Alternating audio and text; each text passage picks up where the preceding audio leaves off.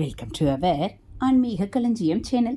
இன்றைக்கி நம்ம பார்க்க போகிறது தெய்வத்தின் குரல் 7ஆம் பாகம் 2ஆம் அத்தியாயம் குரு சிஷ்ய உறவு. அதில் மாதா பிதாவுக்கும் மேல் குரு. மாதா பிதா குரு தெய்வம் என்கிற நாளில் மாதா பிதாக்களையே குரு என்றும் தெய்வம் என்றும் கூட போற்றுகிறோம். ஆனால் மாதாவை பிதா என்பதில்லை, பிதாவை மாதா என்பதில்லை. குருவையும் தெய்வத்தையும் தான் மற்ற மூன்றாகவுமே சொல்வது. மாத்ருபாசம் பித்ருபாசம் ரொம்ப வலுவானது. அந்த பாசத்தை காட்டி குழந்தையை அன்பு பண்ணி செல்லம் கொடுத்து வளர்க்கிற போதேதான் அதோடேயே இரண்டாம் பட்சமாக என்று சொல்லலாமோ என்னமோ. அப்படி செகண்டரியாக இன்ஃபார்மலாக கொஞ்சம் டீச்சும் பண்ணுவதோடு பெற்றோர்கள் நல்வழிப்படுத்துவது முடிந்து போகிறது. நல்ல வழியில் வராவிட்டால் கூட வயிற்றிலே பிறந்தது என்பதால் பிரஜையை தள்ளிவிடாமல் அந்த 2 பேரும் வளர்ப்பார்கள். பாசத்தால் பாதி, கடமை என்று நினைத்து பாதி, இப்படி செய்வார்கள். குரு என்றே இருப்பவருக்குத்தான் நல்வழிப்படுத்துவதொன்றே காரியமாக முழு கடமையாக கொடுத்திருக்கிறது. நிறைந்த அன்பு, எல்லை கட்ட முடியாத கிருபை என்கிற அளவுக்கு அன்பு அவருக்கு சிஷ்யனிடம் இருக்கிறதென்றாலும் கூட அதுவும் அவனை நல்வழிப்படுத்துவதிலேயே தான் ஒருமுகப்பட்டிருக்கிறது. சொந்த பாசத்தினால் அந்த லட்சியத்திலிருந்து அவர் திசை திரும்பி விடுவதில்லை. ஆகையினால் மாதா பிதா குரு என்ற மூவரில் ஒருவனுக்கு நிஜமான நல்லதை மாத்திரமே செய்வது குருதான். அம்மா அப்பா சரணமில்லை, குருதான் என்று. அதனால்தான் ஆச்சாரியார் பாலபோத சங்கரகம் என்கிற அத்வைதத்தின் அரிச்சுவடி மாதிரியான புஸ்தகத்தில் சொன்னது. ஹரஹர சங்கர ஜெய ஜெய சங்கர. அடுத்து மூளை வளர்ச்சியும் இதய வளர்ச்சியும். ஆனால் வித்யா போதகர் என்பதாக எந்த ஒரு வித்யையும், ஆர்ட்ஸ் சயின்ஸ் எல்லாமே வித்தைகள்தான். அப்படி எந்த ஒரு வித்தையை சொல்லிக் கொடுக்கிறவருக்கும் குரு என்ற பெயர் ஏற்பட்டு விட்டதால் கேள்வி வருகிறது. என்ன கேள்வி என்றால், நல்வழி என்பதன் சம்பந்தமே இல்லாமல் ஏதோ ஒரு சயின்ஸை, ஆற்றைத்தானே இந்த குரு சொல்லிக் கொடுக்கிறார், இவருக்கு எப்படி உயர்ந்த ஸ்தானம் என்று கேள்வி. இன்றைக்குத்தான் என்றில்லை, பூர்வ காலத்திலேயே நாஸ்திகத்தை கூட சாஸ்திரமாகவும், சூதாட்டம் திருட்டு முதலானதை கூட வித்யைகளாகவும் சொல்லி அவற்றுக்கு கூட மூல புருஷர்களும் குருமார்களும் சொல்லி இருக்கிறது. பிரகஸ்பதியையே நாஸ்திக சாஸ்திரமான சார்வாகம் என்பதற்கு மூல புருஷராக சொல்லி இருக்கிறது. திருட்டு சாஸ்திரத்திற்கு சௌரியம் என்று அதற்கு பேர்.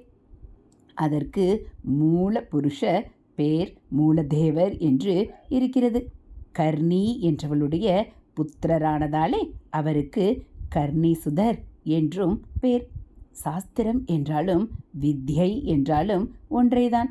ராஜ சாசனம் என்கிறோமே, அப்படி சாசனம் என்றே அநேக விதிகளுடன் கட்டளையாக பெரியவர்கள் செய்ததெல்லாம் சாஸ்திரம்.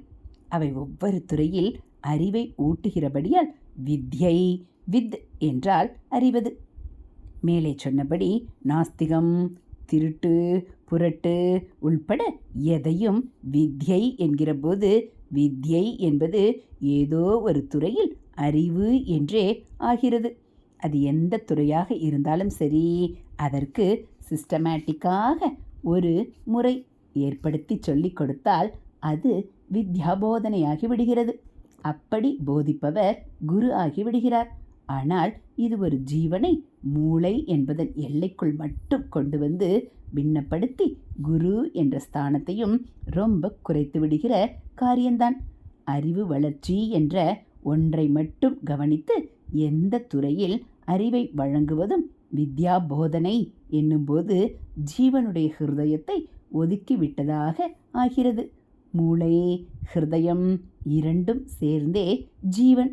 ஒரு ஜீவன் உண்மையான ஜீவனாக வாழவும், ஜீவனே தேவனாக கூட உசரவும் மூளையை விட ஹிருதய அபிவிருத்தி தான் முக்கியமானது. அதனால்தான் மூளைக்கு மாத்திரம் சரக்கு ஏற்றி அதை விருத்தி செய்வதை ஜீவனை பின்னப்படுத்துவது என்றது. ஜீவனை புத்திசாலியாக மாத்திரமில்லாமல் குணசாலியாகவும் ஆக்க வேண்டியதே நிஜ குருவின் கடமை.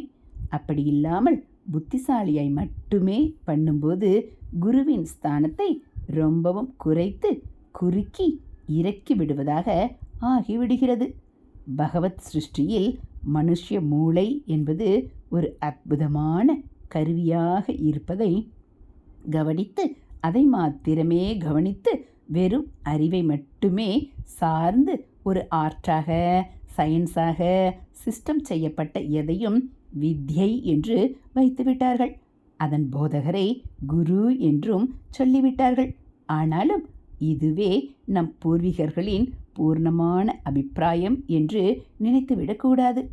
லோக வாழ்க்கை என்பது நன்றாக நடப்பதற்கு அறிவுத்துறைகள் என்றே, அதாவது ஆத்ம சம்பந்தமில்லாமல் இருக்கப்பட்டவையாகவே இருக்கிறவையும் தேவைப்படத்தான் செய்கிறது. வாழ்க்கைக்கு நேரே பிரயோஜனப்படுவதாக தெரியாவிட்டாலும் அல்லது மனசுக்கு ஒரு நிறைவை கொடுத்து அதனால் சந்தோஷம் ஏற்படுத்துவதாகவும் அநேக துறைகள் இருக்கின்றன.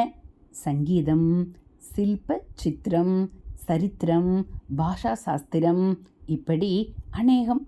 திருட்டும் சூதாட்டமும் மாதிரி இல்லாமல் தனிப்பட நல்லது கெட்டது என்று இல்லாமல் நாம் எப்படி பிரயோஜனப்படுத்திக் கொள்கிறோமோ அதனாலேயே நல்லதோ கெட்டதோ விளைவிப்பதாக உள்ள சயின்ஸ் சப்ஜெக்டுகள் தற்போது தினந்தோறும் பெருகி வருகின்றன. இன்றைய வாழ்க்கைக்கு பௌதிகமாக மெட்டீரியலாக திருப்தி தருகிற வாழ்க்கை மட்டுமில்லை, அறிவுக்கும் மனசுக்கும் சந்தோஷம் தந்து வாழ்க்கையையே உற்சாகப்படுத்துகிறவற்றையும் சேர்த்தே சொல்கிறேன். அப்படிப்பட்ட வாழ்க்கைக்கு இந்த வித்யைகள் எல்லாமே வேண்டித்தான் இருக்கின்றன. நாகரிக சமுதாயங்கள் ஏற்பட்ட நாளிலிருந்தே அப்படித்தான் இருந்து வந்திருக்கிறது. நம் தேசத்தில் இந்த அறிவு வித்யைகளை கற்பிக்கிறவர்களும் உத்தம ஹிருதயமுள்ள யோகியர்களாக நல்ல சீலமுள்ளவர்களாக இருந்து வந்தார்கள். திருட்டு சூதாட்டம் மாதிரியான கெடுதலான வித்யைகளை கற்றுக் கொடுக்கிறவர்களை தவிர மற்ற ஆச்சாரியர்கள் ஆசிரியர்கள் எல்லாம் நல்ல மாரல்ஸும், அதாவது நன்னெறியும், அத்தனை நெறிக்கும் ஆதாரமான தெய்வ பக்தியும் கற்றுக் கொடுக்கவும் செய்தார்கள். அதனால் அவர்களிடம் கற்றுக்கொண்டவர்கள் பக்தி விசுவாசம் வைக்க வேண்டிய குருமார்களாகவே அவர்களுக்கு ஸ்தானம் கொடுத்தார்கள்.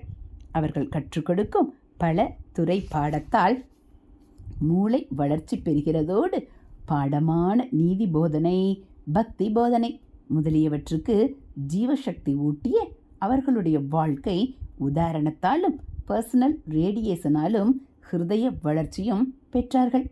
ஆனாலும் ஆத்ம பரிபக்குவம், பூர்ணத்துவம் முதலியன இங்கே கிடைப்பதற்கில்லை.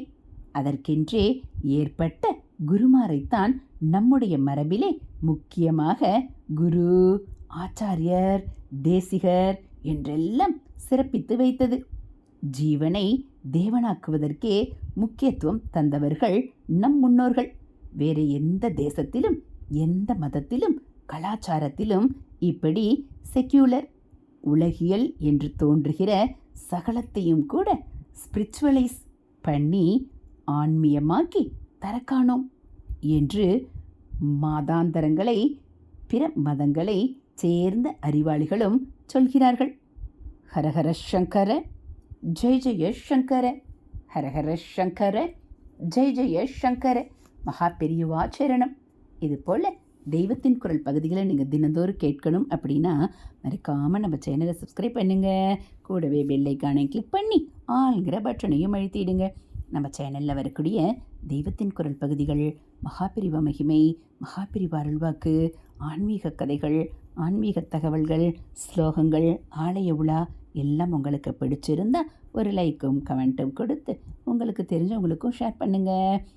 ஹரஹர சங்கர ஜெய ஜெய சங்கர, ஹரஹர சங்கர ஜெய ஜெய சங்கர. மகாபிரியவாச்சரணம்.